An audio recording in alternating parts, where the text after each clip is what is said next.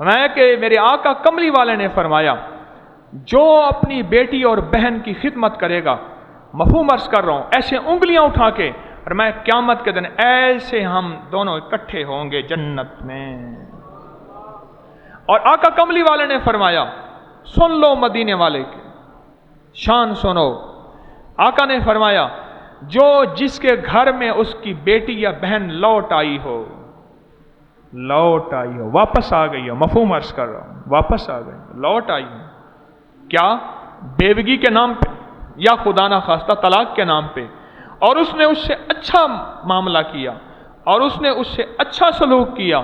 اور اس نے اچھائی کا معاملہ کیا، وہ جنت میں میرے ساتھ ایسے ہوگا جیسے دو انگلیاں ملی ہوئی۔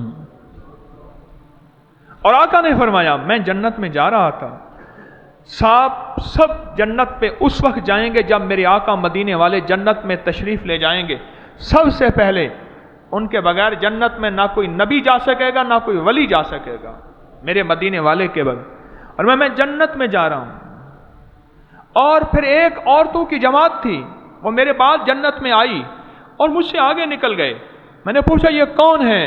فرمایا وہ عورتیں ہیں جو جوانی میں بیوہ ہو گئی تھیں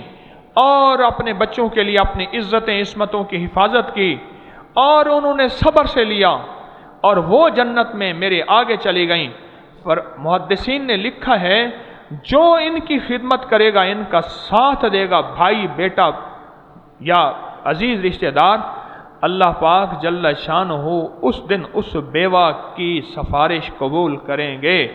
اور یہ دنیا کا جتنا بھی گھٹیا سے گھٹیا ہوگا